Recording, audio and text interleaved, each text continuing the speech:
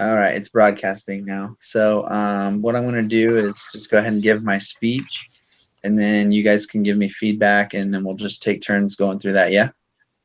All right. All right, cool. My wife's actually going to time me so that I kind of have an idea of when I need to stop. But all right. All right, so good evening, class. My name is Josh Dingus. I'm 24 years old, and I have a wife named Angela. We've been married for about a year, and we have a 4-year-old son named Carter, and we have twins that are actually on the way. They're due in July, and we're super excited for that journey. Something about myself that I'd like to share with you, some things that have shaped my life are when I was 6 years old, my parents got divorced, and it was a really hard thing on me at first. I thought it was the worst thing that could ever happen. But something that came out of it that actually ended up being pretty good for me is that it helped me to realize the value of women and the roles that they play in our lives. My mom used to work 90-hour weeks, and she would bust her butt pretty much to make ends meet. And then she would come home and hang out with us and show us love and always take care of us in every way possible. And because of her great love for me and how she raised me, I was always raised to respect and love women, and I've taken that with me throughout my whole life. Another experience that's really shaped who I am is when I was homeschooled from 4th grade to 9th grade. I became kind of antisocial. I avoided people. I didn't really like talking to people. And then I moved to Georgia, and I ended up going back to public school, and it was really hard. I would sit in a booth by myself, and I would eat lunch by myself. But then one day I had a friend named Amari, and she came up and she sat next to me and she befriended me.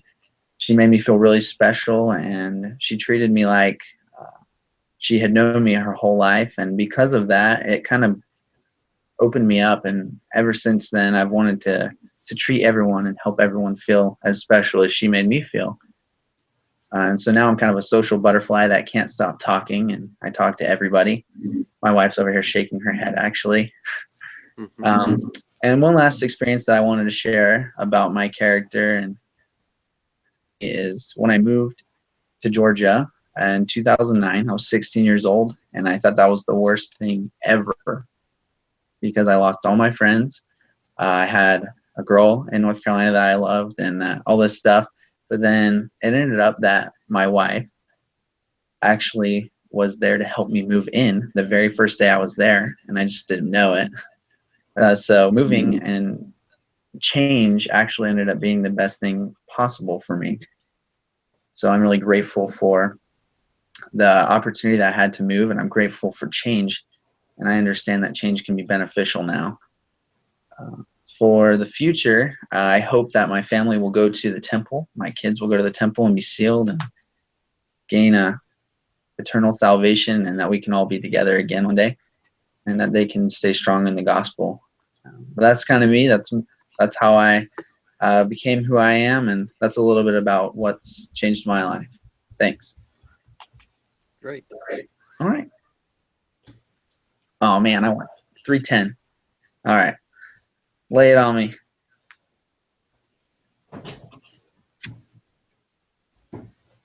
You have to go. Okay, give me 30 minutes, okay? 30 quiet minutes. I'm so sorry. It's all right. I'm going to see Kids if I are can walk to this store. All right, Jeff, how'd I do? Lay it on me. You were very confident. It sounded like you had that speech memorized. You've obviously told that story quite a few times because it's you. I have a question. Do you live in Georgia now? I do. I live in Roswell, Georgia. Okay. I got to tell you, I only counted 3 ums. Oh, were you counting the ums? Nice. Yeah, because you mentioned it, I decided that I would count them for you, and there was only 3. I appreciate that. How was my eye contact? I feel like it's really difficult talking to a camera.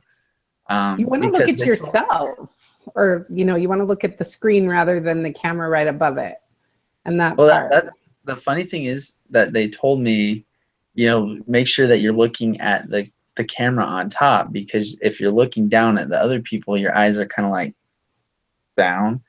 So I was looking at the camera. I don't know if it looked like I was staring or what, but I did the best I could with the eye contact on here. It was rough. No, I think it was good. I just feel like I was trying to do that in my practice, and it feels really uncomfortable to like stare at the light at the top of the screen like I'm doing right now. It feels really weird. Mm-hmm. Well, but altogether, I did all right. Yeah, I think it was good. Very, very good. Cool. Thank you. All right. Who's next? Who's the next victim? Josh. Me? I mean, Jeff. You guys both names just start right. with a J. It's going to be really confusing for me. Hard to say, man. Get thrown under the bus. All right, Jeff. You're up, buddy. Okay. I'm going to start my timer over here.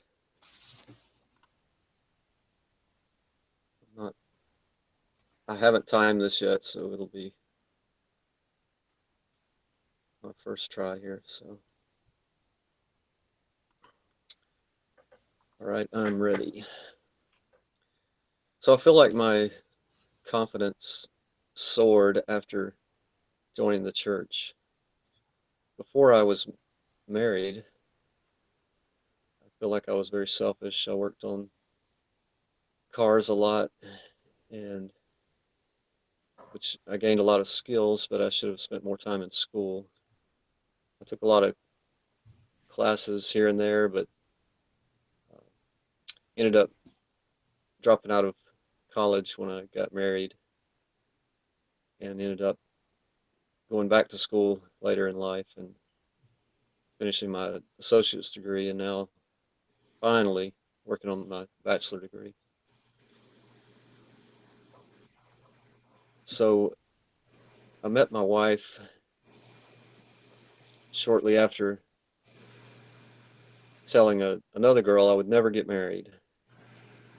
And a week later, after meeting my wife, or fiance at the time, I asked her to marry me.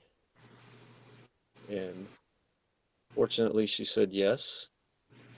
And 26 years later, we're still happily married with 4 children, 2 grandchildren.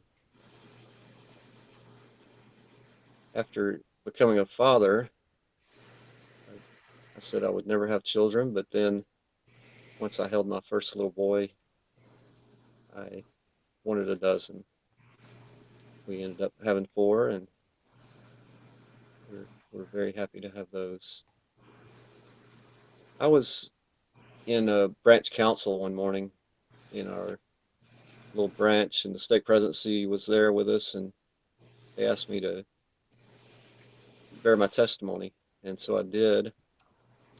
And one of the stake presidency members commented on how strong my testimony was, and I had not really thought about it that much. I felt like I was just kind of going through the motions. I believed everything that the church had taught me, but at that point I didn't really have a testimony.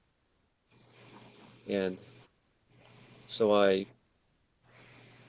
continued to ponder on that, on what the feedback I had received. And a little later, after I had been a member of the church at this point about 5 or 6 years, and I took the time to really pray, and I received an answer to my prayer that the church was true.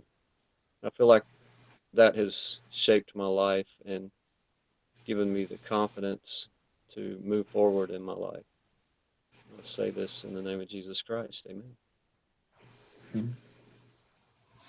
I don't know if I'm supposed to end it like that. But that worked out. That was good. That was a good ending. It did. It fit. I didn't know how to end mine, actually. That's why I just said, all right, thanks. The PPC lady told me, thank you. But thank you feels so, I don't know. That's how I end mine, but it feels really weird. I'm trying to find a different ending. Mm-hmm. All right, you'll do So I all was right. watching my time. I was like 3 minutes and 4 seconds. So Oh, you beat me. I was 3:10. okay. So I'm looking that's over good. what I wrote, and I probably got about, because I talk slow, being from the South, but I have about probably 6 minutes worth. So I need to review what I said and see if that's what I want to, if I want to change anything. But Okay. I'm happy. I don't know if it got the point across I wanted to make, but I honestly think that you went with a really good direction, rather than just saying, hi, my name's Jeff. My favorite color is blue, and that kind of stuff. You've shared really personal things that are important in life. Like mhm. you said that after joining the church, your confidence soared, kind of thing. That's really important because that kind of teaches your audience that let's just assume you had a non-member audience Mhm. and you said something like that. They'd be like, wow, what is it about this church that made you feel so good? Now I'm interested in figuring out, like, what is it about this church? And then that kind of stuff is important to share, as opposed to the typical, my hobbies are, my favorite color is, and that kind of thing. You shared values that people can apply to their life or show interest in. Okay. Very, very good feedback. And one thing that I would try to work on a little bit better is maybe just try looking. I know it's really weird doing it on computer, and I don't even know how to do it the best Mhm. way. But your eyes, it seemed to me kind of like your eyes wandered a lot. Um, Yeah. Yeah, so I'm bad about that. and that's all right. I mean, it's our first speech. But yeah, I would just suggest maybe try practicing making videos with yourself, Yes. and then just Right. kind of work on eye contact and watch your video and see how your eyes move, and just get to where you feel comfortable with it. Okay. I think it's a lot easier to give a speech to a crowd because then you're always looking at different people. Oh, The rule where Mhm. you're scanning the room. When you're doing this, you can't do that. It feels very zombie-like. well, I told my first PPC counselor, I was like, this, it's almost as if I'm stuck at a podium. Yeah. A podium, but I'm my audience, really, because I'm looking at myself Yeah. in a camera. And it's And it's weird like talking. one of the no rules. Don't get stuck behind the podium. Yeah, exactly. That's how I feel. I feel stuck behind a podium, kind of. Mhm. Okay. I think I'm ready. All right. Okay. Are we ready? Okay. Oh, I just realized I'm not broadcasting. No, That's I'm just okay. kidding. No, I'm that's just okay. kidding, guys. I probably won't use this one anyway, so it's okay. Just thought I'd lighten the mood a little bit. All right, you got this, Bridget. You're gonna do great. Okay. Oh, I'm so nervous and I'm sorry. I don't like this kind of stuff. Take a deep breath, and you got this. Okay. I even memorized it, so I'm going to try not to look at my paper. Okay. There's a joke floating around the internet that I feel pretty much sums up parenthood. It says, being a parent is wanting to be with your child forever 1 minute and then being tempted to sell them the next. That is how I feel parenthood is about. That's what I feel it's about. I became a mother when I was 18. Becoming a mother completely changed my life, changed my course of life. Everything, the majority of what you need to know about me comes with me being a mother. It helps define who I am, what I believe, and how I live my life. I'm so nervous. I know that being a mother is the most noble and important calling that I can have here. And along with being a mother, I am also a wife. My husband is the most important part of my life. He's the most important person in my life, even above my children. And that was something that took me a long time to learn. It was a hard lesson to learn, but I've come to know and understand that that's the way that it should be. being a mother and a wife sometimes help you lose your sense of individuality. And so as an individual, I feel like I'm a logical thinker. Things need to make logical sense for me to try and understand them. I also consider myself to be a true introvert. My best thinking is done when I'm alone in a quiet place. I do not like I do not like to be in a crowd where people know me. Being in a large crowd where people don't recognize me or don't know me is very appealing to me. I would rather have the phone ring and go to voicemail than to pick it up and talk to somebody. I have very few close friends who know who I am. Oftentimes I've been told that I'm a good leader and a good teacher, and I should probably seek out those kinds of opportunities more. But I've always been very challenged in accepting compliments and truly believing them about myself. And I'm working on that. I definitely believe in second chances. I am the product of second chances, and those give people hope to become what they truly want to be. I used to be the kind of person who would make snap judgments, and I've realized that those first judgments are rarely accurate. Our attitudes can make or break any kind of situation. And I'm in control of how I see people and how I feel, and that can spread to those who are around me. Our behavior affects more people than we know. It affects strangers, it affects our families, it affects our children. And I truly believe that our good behavior can help change the world. If we look outward rather than inward, then we're definitely going to learn more about ourselves and more about the people around us. But most importantly, I know that I am a daughter of God. I know that I have divine nature, and that the possibilities that are given to me in this life and in the life beyond are because that I am a child of God. Thank you. Good job. I'm really nervous and my voice is shaking. And Honestly, I totally forgot everything. hey, I'm gonna tell you, even though you didn't I don't hear even know if I got it all. hey, you didn't hear it in my voice, but my voice was shaking a little bit too. I don't know, So I have maybe to you work did on hear it, that. but I actually in the first 30 seconds I was having to catch my breath in the most subtle way, kind of like when you're singing. Like I people who can sing tell. professionally, they sing really loud, but then like they somehow magically take a deep breath that you don't see, and you're like, "What? How'd you do that?" That's what I did a lot. And so if you did, you did a good job. Thank you. I was really nervous and I don't even know how long I did it. I think I missed some things because I was trying to do it from memorization, but It was 3 minutes, 36 seconds. oh my gosh. Okay. I think it's because I was so nervous. That's all right. Here, I here. need to shave. You need to come up. Okay. Yeah, I thought you were. I couldn't tell you were nervous. The one time when you stopped and said you were, maybe you said you were nervous, but That's probably 36 seconds. No. but you were. It was flowing well. I felt like you were confident. Oh yeah. Honestly, you definitely showed confidence in the beginning there. You were flowing and you were just going at it. It was awesome. I think you did a really good job.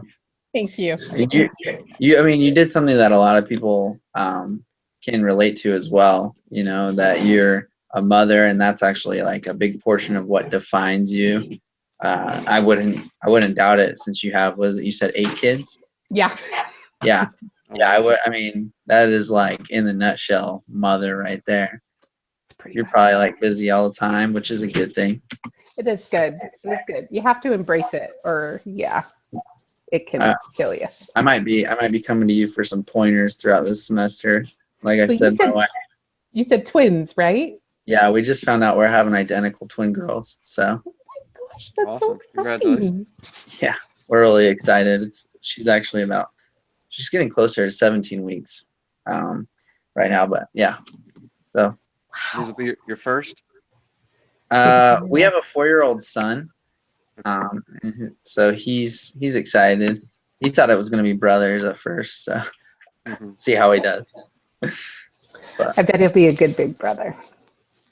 But some quick feedback again for you, Bridget, is I think you did a really good job with eye contact. Just by the way, I was trying so hard. Well, you did a good job. It wasn't like you were staring into my soul or anything. You were just like, you seemed pretty normal, like you were in conversation mode, which is, I think that's a good thing. Maybe it's not, but I think conversation mode when you're talking to people, it kind of keeps people's interest as opposed to like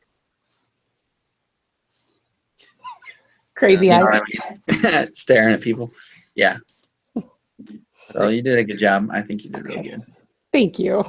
I think you did good with your hands as well. You were using. I'm a hand talker. Yeah. I'm a walker and a talker, hand talker. So sitting here it's really hard for me to just sit because I usually kind of pace and use my hands. Right. And in Toastmasters, they taught us that that's fine to use your hands to help emphasize a point. Well, I will probably use my hands. I can't not unless I sit on them. That was one thing that I was kind of worried about is the hands. I wasn't sure how to use them on a video. Like, so, Yeah. Well, hers didn't go in front of her face or anything. They would just come up a little bit. Maybe about like. I was actually trying not to use them. I'd feel myself using them and I'm like, stop. So maybe that's why I went so long too, because I was trying to focus on the camera and I was trying not. I think there was just too much going on in my head. I got to relax a little bit more. Oh no! You know what I just realized? Something that none of us did that we could have all improved on is we were supposed to use a prop. Oh, are we? Yeah, we were supposed to use a prop.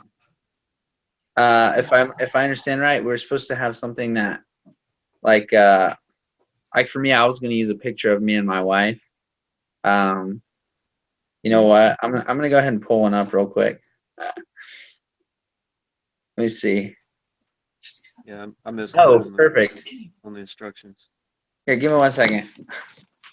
I have a good one. Oh, my wife's bringing it over. All right, fine. I'll hold it. That's me, my wife, and my 4-year-old son, Carter. Oh, very nice. That's like right before we got married, I think. So, all right, there's my prop. Although I should have used it during the speech, I apologize. See, now I'm nervous because I think a prop will just throw me off. I'm so worried about everything going on. When you say a prop, can it be like a picture hanging behind you or something?